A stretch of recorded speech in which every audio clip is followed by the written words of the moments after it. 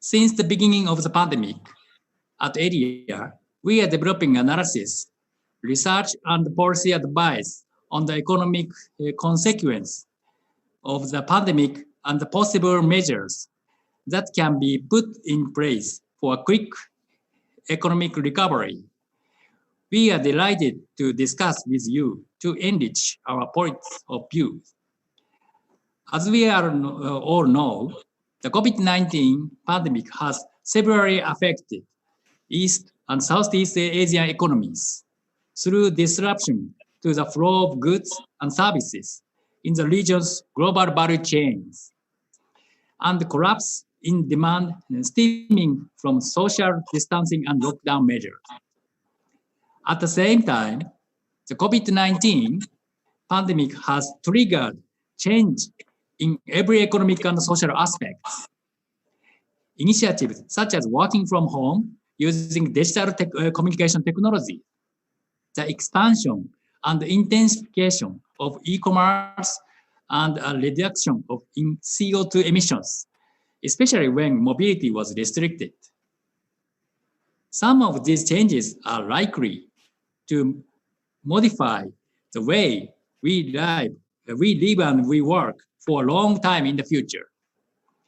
These changes will affect our economies and the societies and will contribute to shape the post-pandemic economic recovery in ASEAN. We are aiming to live and work under a new normal. As AREA's research suggested that East Asia's supply chain are most resilient than other regions' supply chain and could be a model for the rest of the world. We believe that ASEAN is a natural leader in the recovery from the pandemic by deepening economic cooperation amongst countries under the EAS framework.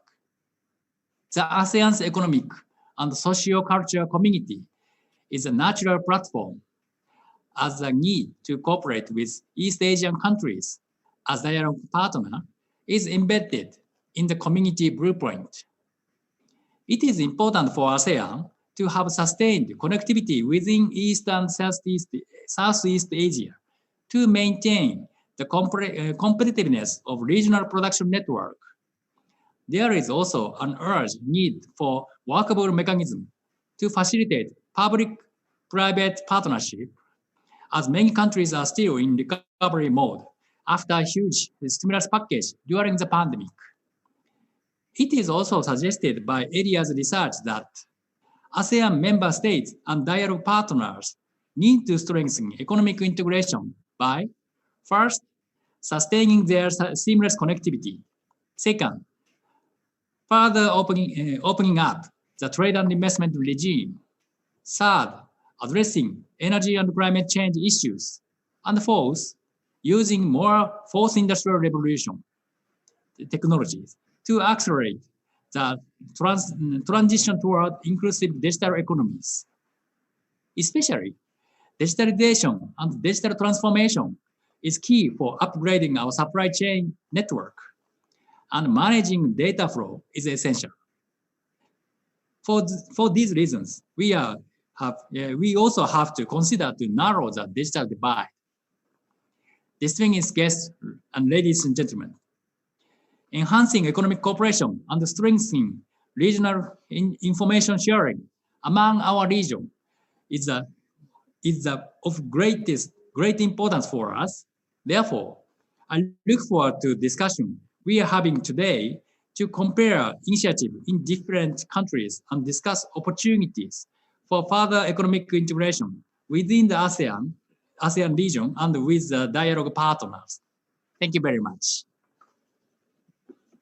Thank you very much, Achiyama-san, for these introductory remarks. I can see that the chat box has already been quite active.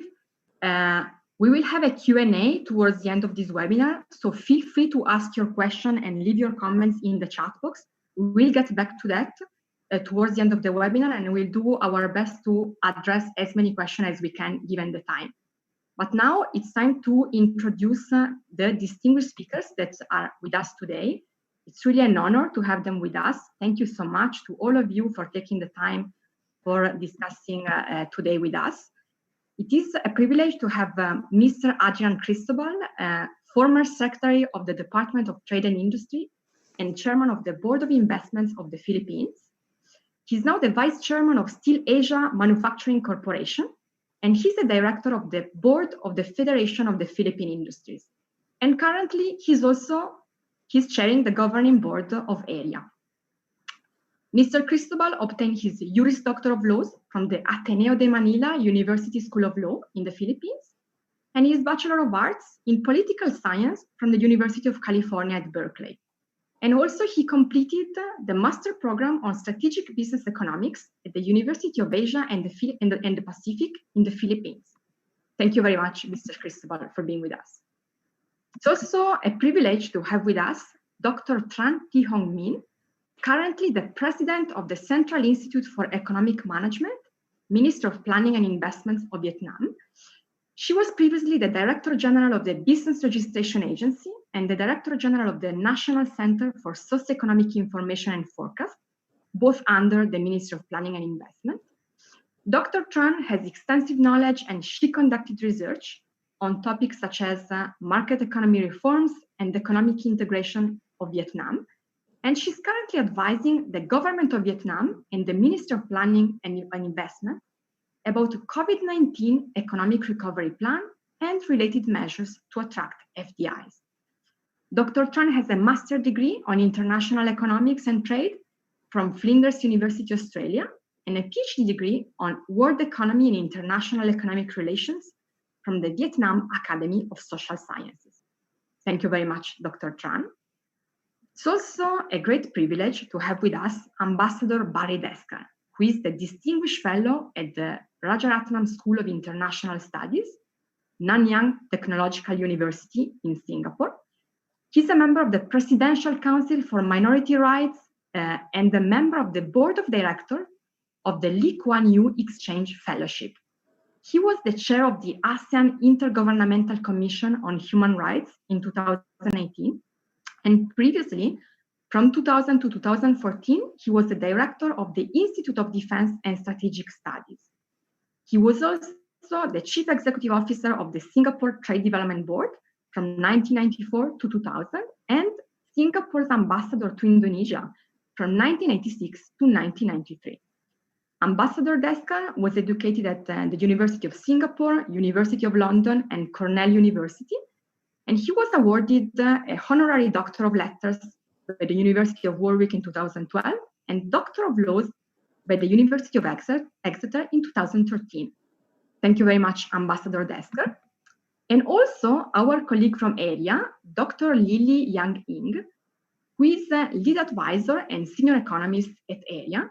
But before rejoining AREA, she was appointed as lead advisor to the Minister of Trade of Indonesia from 2017 to 2019, and senior advisor on trade and investment at the President's Office of the Republic of Indonesia from 2015 to 2016. Dr. Lily has written several articles and edited books on topics such as trade and economic integration in East Asia, like the World Trade Evolution, East Asian integration, the Indonesian economy, and many more. She's a regular speaker at international fora such as the WTO or the East Asia Business and Investment Summit, and her commentaries and op-eds have frequently appeared in economic policy fora, including the East Asia Forum, the Diplomat, the Asianic Review, and the Jakarta Post. So because I have already reminded you about the chat box, we can now start with the first perspective, and I would invite Mr. Cristobal to take the floor and share remarks on the Philippines with us, Philippines and ASEAN. Mr. Cristobal, the floor is yours.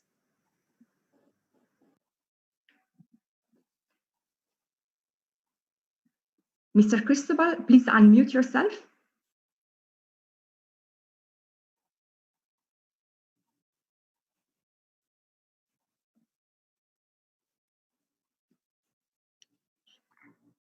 Okay. Yes.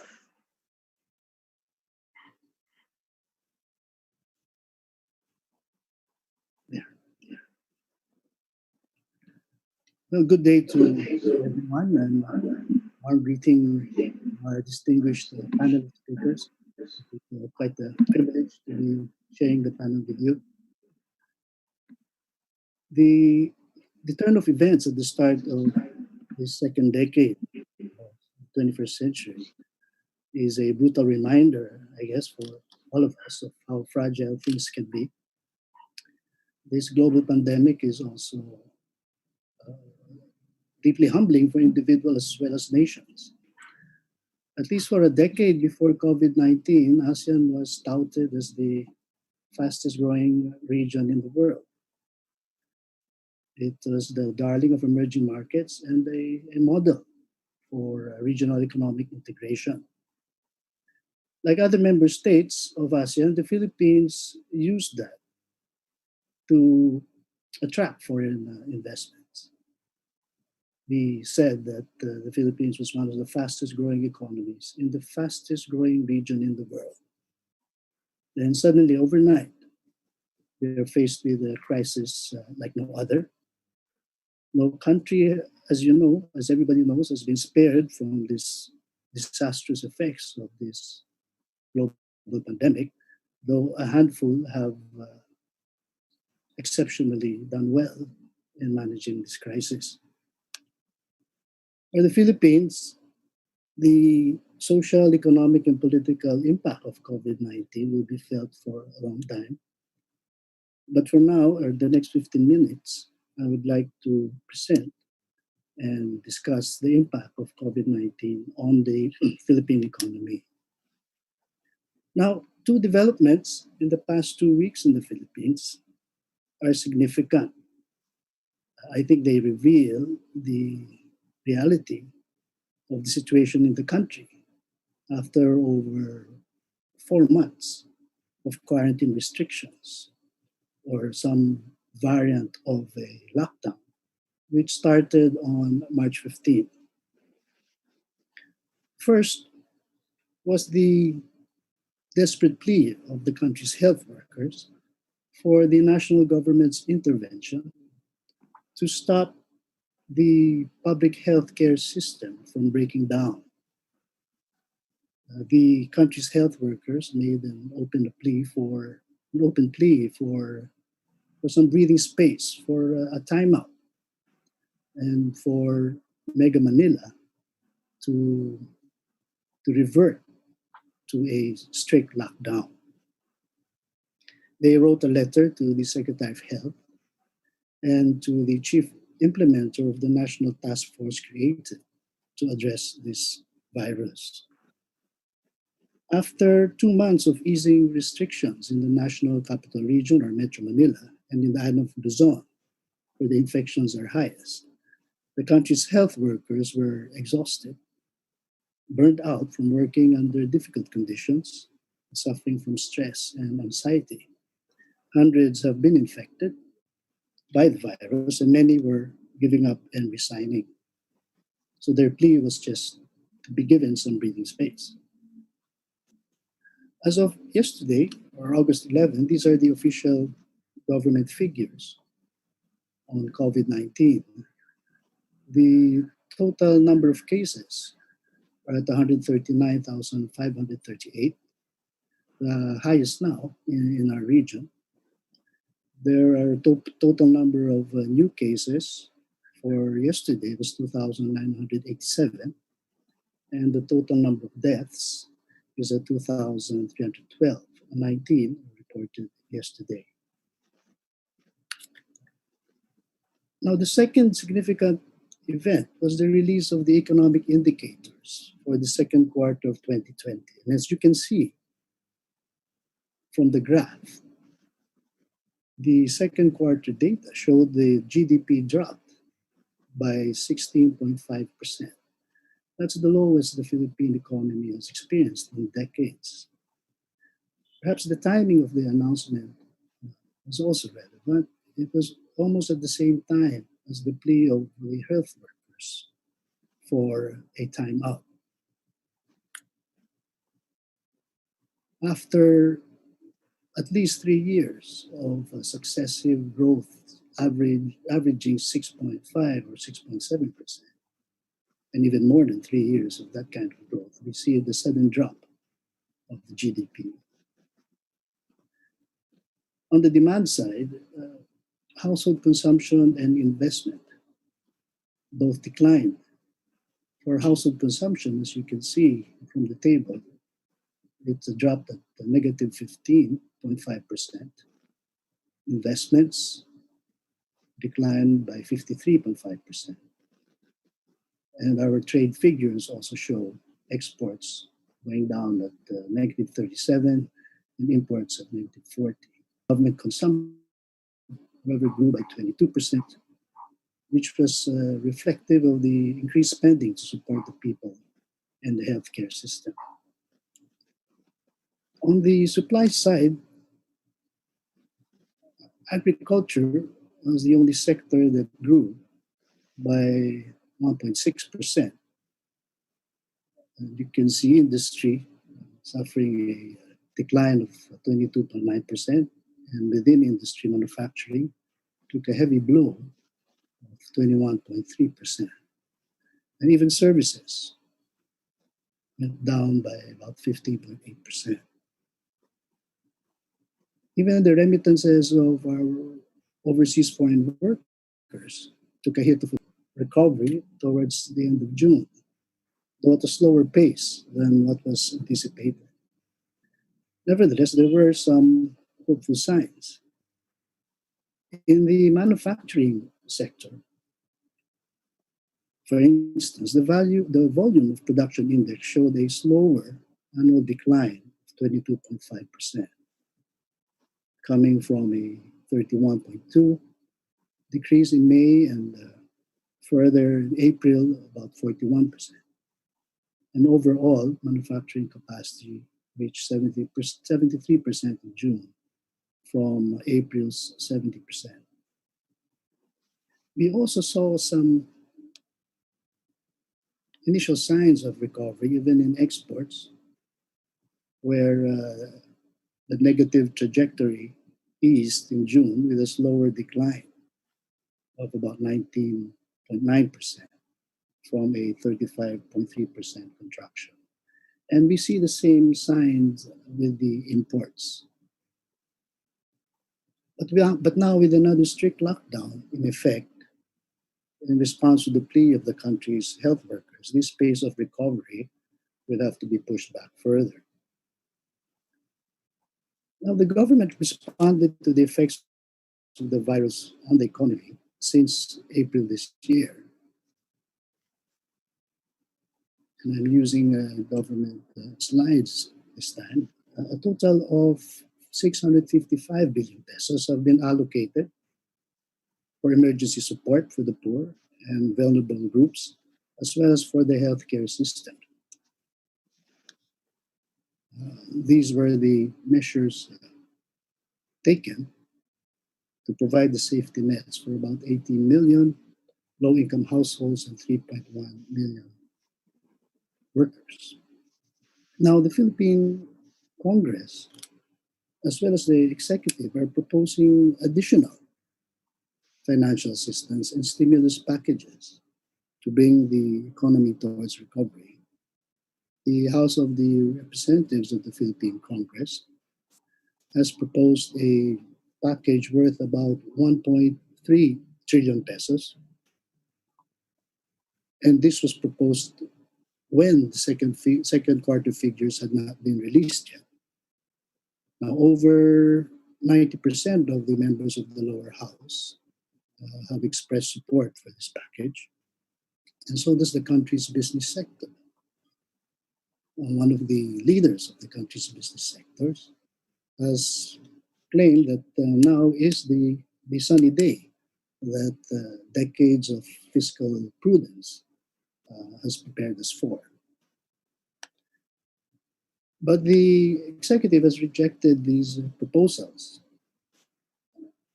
calling them unaffordable, and instead it has proposed a package of around 140 billion to 162 billion pesos.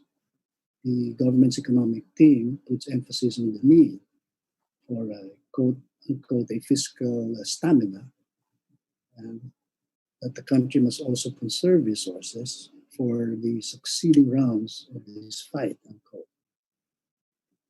So there are 3 bills now in the Philippine Congress to deal with this pandemic.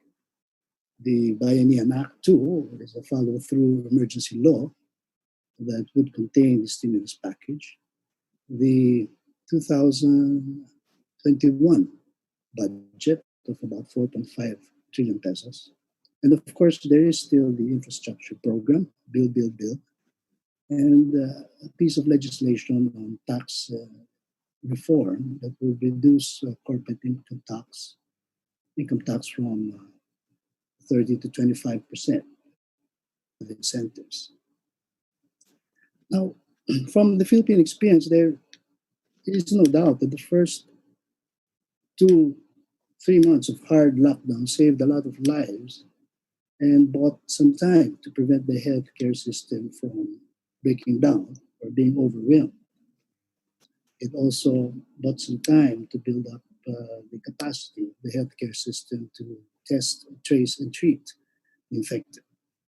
Now, the government estimates show that 1.3 million to 3.5 million cases were probably averted, and about 59,000 to 171,000 deaths were prevented. Now, no doubt the economic contraction would have been worse without the boost in government spending during this period. However, in my view, the cry of desperation of the country's health workers and the rising figures of infections and deaths, especially when compared to other countries in our region, is proof that the borrowed time from the hard lockdown was not effectively used to build up the healthcare system's capacity to absorb a gradual and calibrated reopening of the economy. The health workers called for a respite, in part to give themselves some breathing space, but the other purpose, according to their letter, was for those responsible in managing this crisis to come up with a, quote, consolidated plan, unquote, a chance to refine strategies. In this 2-week space, they recommended that the following problems be addressed: hospital workforce deficiency, improve case finding and isolation, improve contact tracing and quarantine, stricter or protocols for transportation safety, workplace safety, and perhaps a more effective education campaign for the public on self-protection. Now, to me, what's clear from these 2 events, the plea of health workers and the economic indicators of the second quarter, is that managing the public health crisis effectively is actually a precondition for economic recovery. The choice is not really, as has been said many times, saving lives or saving jobs at all. Neither is this a balancing act between the two. I think the basic tenet of crisis management is to contain the threat. Now, without this consolidated and comprehensive plan to successfully contain the virus, companies will have little confidence, I think, to open up, and employees will not feel safe going back to work. Economic activity will therefore be in fits and starts, and the sustainable economic recovery will stay or stray further from our reach. That ends my presentation. Thank you. Thank you very much, Mr. Cristobal, for this very insightful presentation, reminding us how it is important to combine public health measures with economic recovery plans. Let's now move immediately to the second perspective of this webinar today. So let's go to Vietnam with Dr. Tran. Dr. Tran, the floor is yours. Okay, thank you, Dr. Nasa. Thank you. Yeah. Dear Mr. Adrian Cristobal, Chairperson of Area Governing Board. Can you hear me? Yeah. Dear Mr. Koji Hachiyama, Chief Operating Officer Area, distinguished guests, ladies and gentlemen. Yeah, it's an honor for me to share the perspectives of Vietnam in responding to COVID-19. Before starting, I would like to thank AREA for the initiative and for hosting this webinar. Yeah, over the past months, we kept hearing about the outbreak of the COVID-19, starting from China to all over the world. Vietnam was quite successful in containing the first wave until April, but the second wave began in the last week of July. We are still watching closely the situation. At the same time, we are concerned that this new wave will make economic recovery in Vietnam a bumpy process. The COVID-19 compelled Vietnam to reconsider and adjust the policy approach toward dual goals. For example, effective prevention of COVID-19 and ensuring stability and social economic development. Accordingly, the government has various instructions for alleviating difficulties of production and business, ensuring social security in responses to COVID-19, including Directive 11 on 4th of March 2020, or Resolution 84 on 29th May 2020. Since the end of April 2020, studies to design economic recovery plan after COVID-19 have been promoted. A few observations could be made on the economic responses to COVID-19 so far. First, the policy makers of Vietnam remained calm, and the responses encouraged active consultation and high consensus of business community and its people. In particular, communication played important role in stabilizing market sentiment as well as sharing good business practices to cope with COVID-19. Second, the conduct of policies has been well organized, closely linked with updating and evaluating growth areas, paying special attention to the evolution of COVID-19. Third, policy space has been retained to cope with the future scenarios. This comes from my institute, CIM, analysis and advice to the Vietnam government. This proves to be appropriate as we are now in the second wave and considering options to increase support to the business community. Yes. We all know the COVID-19 pandemic has disrupted economic activities in Vietnam, especially in tourism, trade, retailing, transport, and so on. Vietnam's economy started to suffer from COVID-19 in February 2020, and the consequence got more serious in the second quarter. We started to see slower GDP growth, a modest positive export growth in the first 6 months of 2020. Meanwhile, registered capital of FDI projects also decreased more rapidly in Vietnam.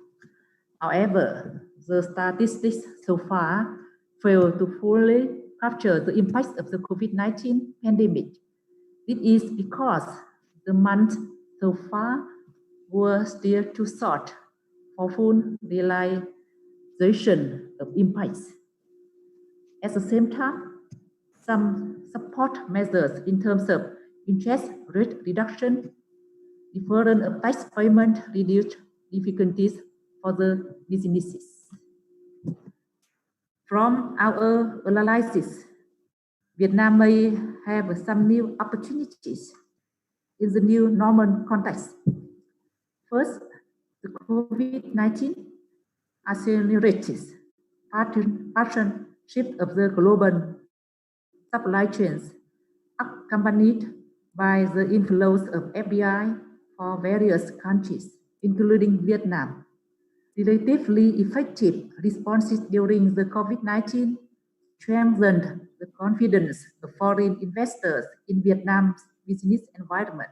For instance, the implementation of EV FTA and expanded ratification of EV APA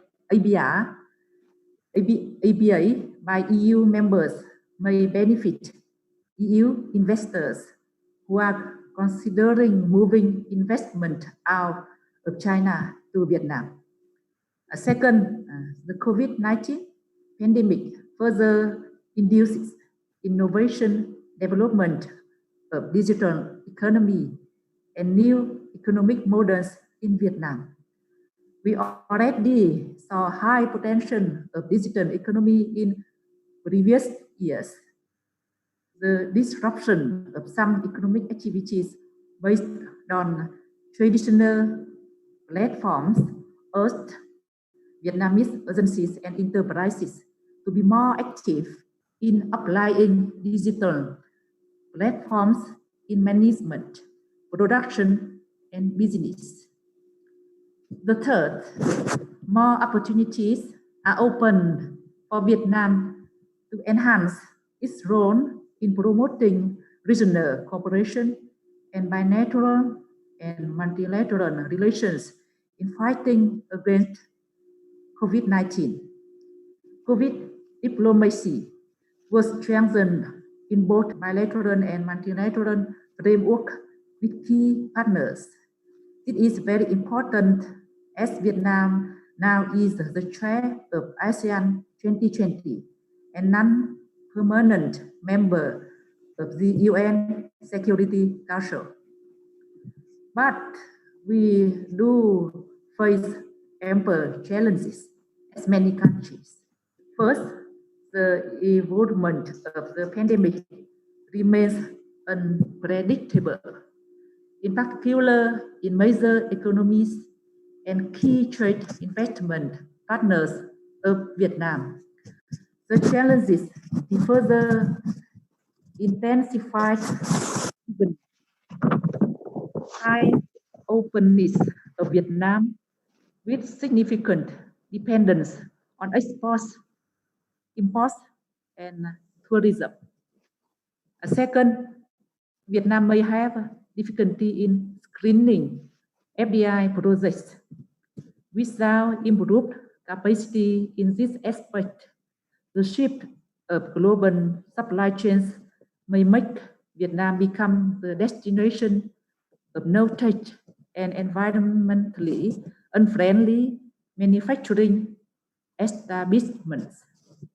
Thus, Vietnamese firms are generally at low stakes in regional and international value chains and production networks.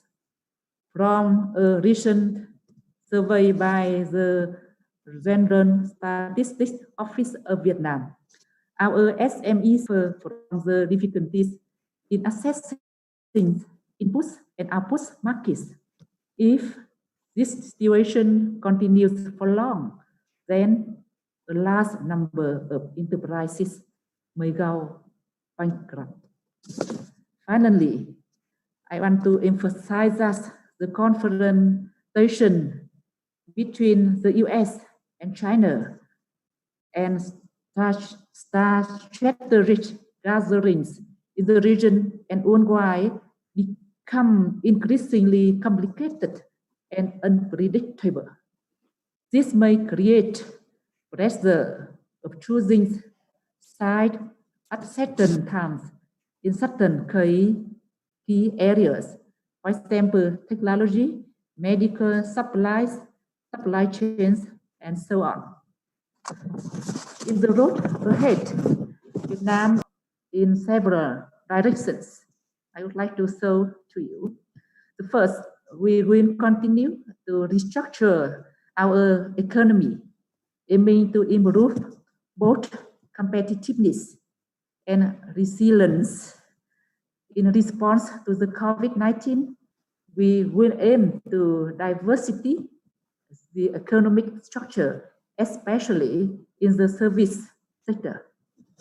Second, we will continue to further reform the business environment, aiming to create more for investors here, both in foreign investors and domestic ones. We will also make the regulatory approach more enabling for new economic activities that arise during the COVID-19 context. Third, improvement of industrial policy for Vietnam is very important so as to create confidence for investors. Finally,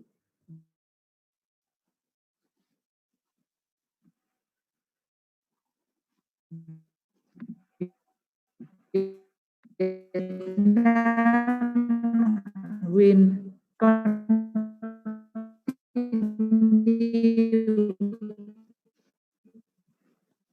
to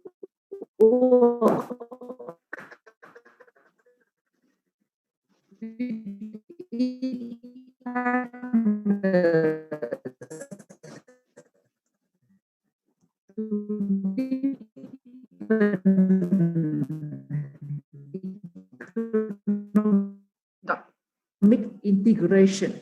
In this regard, for economic emergence, the picture of Vietnamese economy in the COVID-19 context. Finally, with that, I would like to end my presentation here, and I would like to express my sincere thanks to Area and all of you for your attention. Thank you very much. Thank you very much, Dr. Tran, for this very interesting perspective, and also for emphasizing the importance of innovation and the fourth industrial revolution in post-pandemic economic recovery plans. Lots of questions are already coming, so let's move swiftly to the third perspective of today. Let's go to Singapore with Ambassador Barry Deskar. Mr. Ambassador, the floor is yours.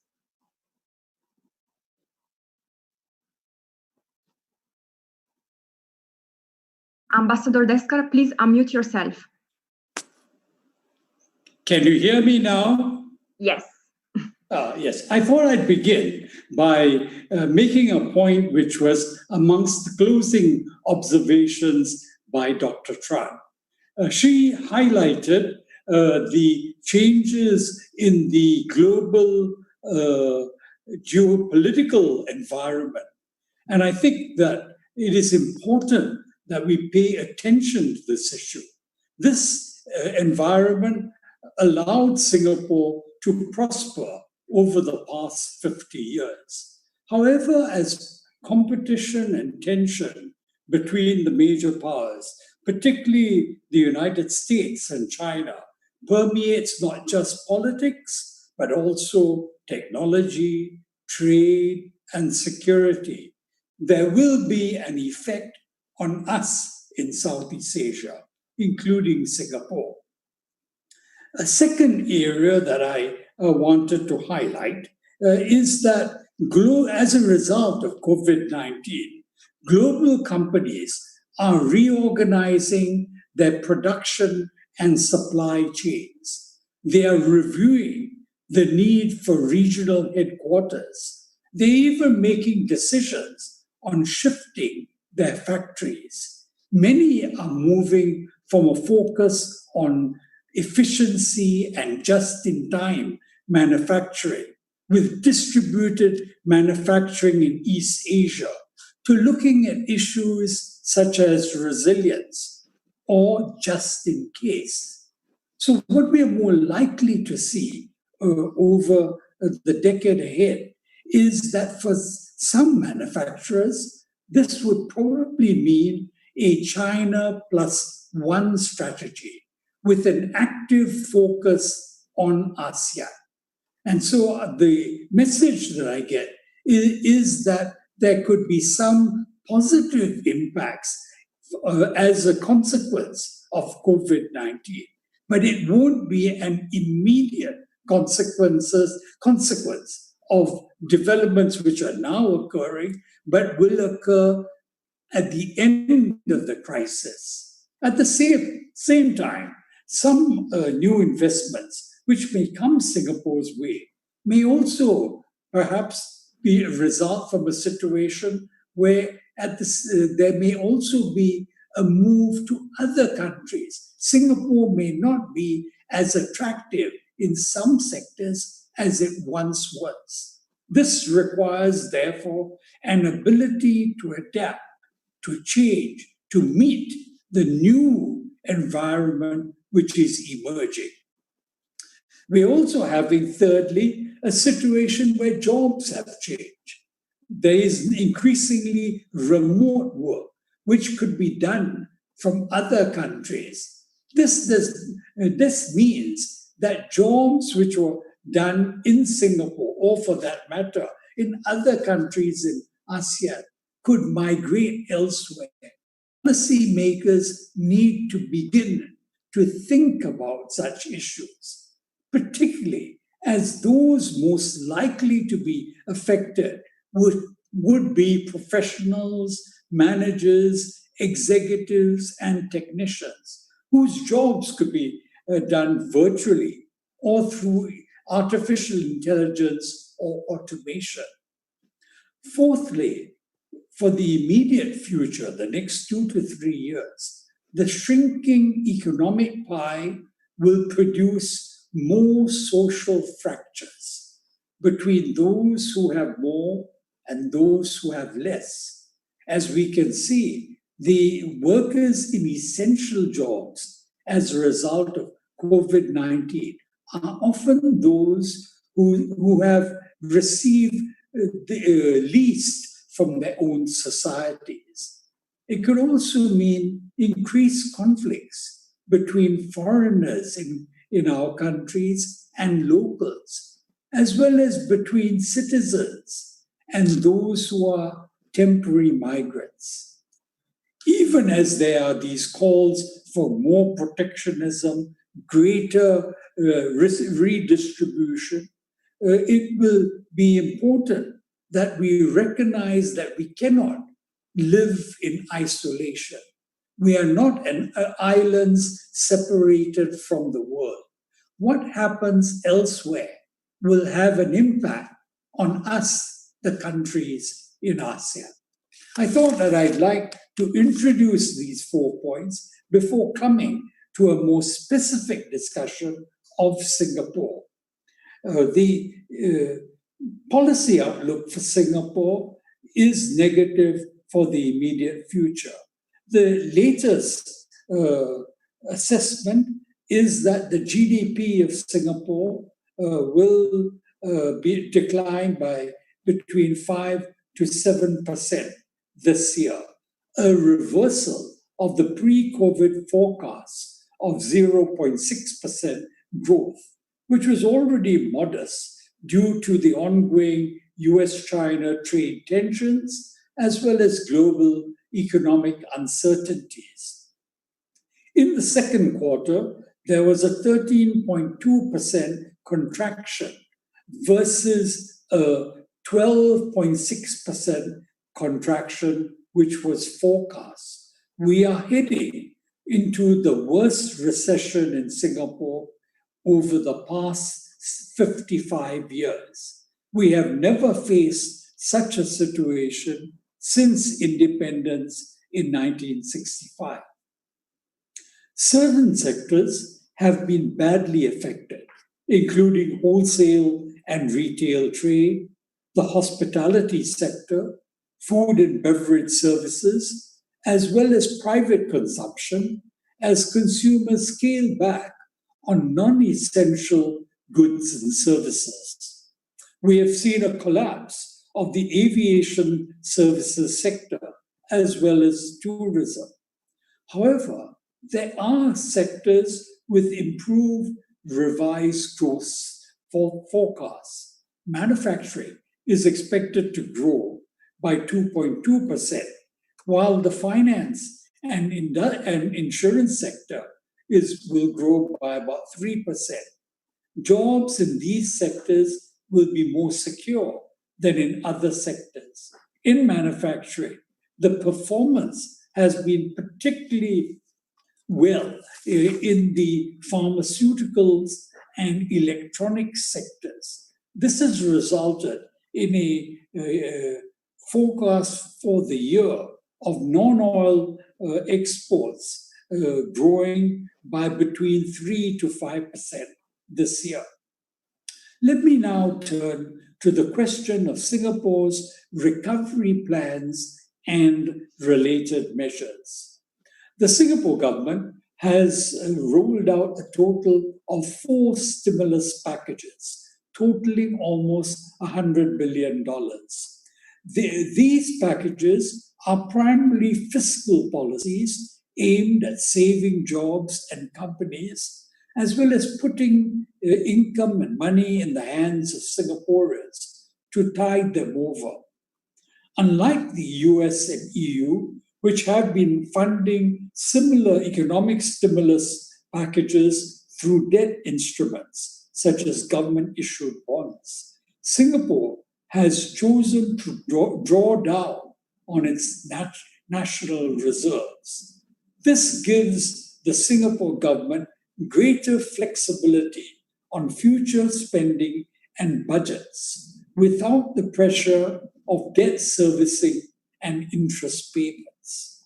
In this sense, Singapore is better positioned to endure a protracted global recession than many other major economies. However, Singapore cannot buy its way out of a long recession. Current measures are aimed at saving local jobs and companies, but they cannot last forever.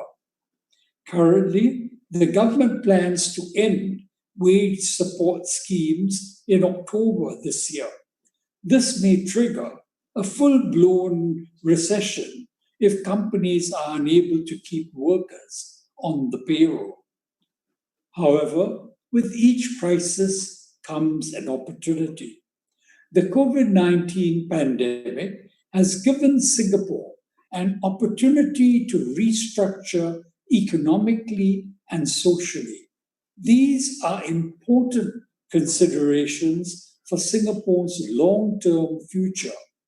Even before COVID-19, Singapore had tried to deal with issues such as rising income inequality, environmental unsustainability, and low labor productivity with moderate success. When jump-starting the economy, these are issues which will take on a more central role. I would like now to turn to the issues and measures which could be implemented at the ASEAN level. I would argue that as a result of the policies required during COVID, we have engaged in trade distorting measures, and this could create some difficulties as we move ahead. In the post-COVID world, we are likely to witness new forms of protectionism. Governments will feel tempted to boost their economies. They may roll out new instruments, for example, to subsidize their industries and businesses. So the ASEAN governments should develop rules that are targeted against these new types of protectionist policies. We should also look at how we can assist small and medium enterprises which are the ones who have been suffering most from the pandemic.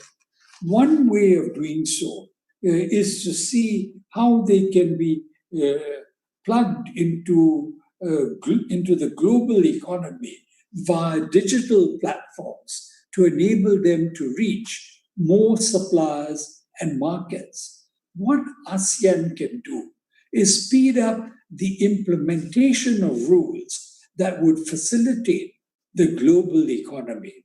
A priority should be given to implementing, among others, the 2016 ASEAN Personal Data Protection Framework and the 2018 Digital Data Governance Framework.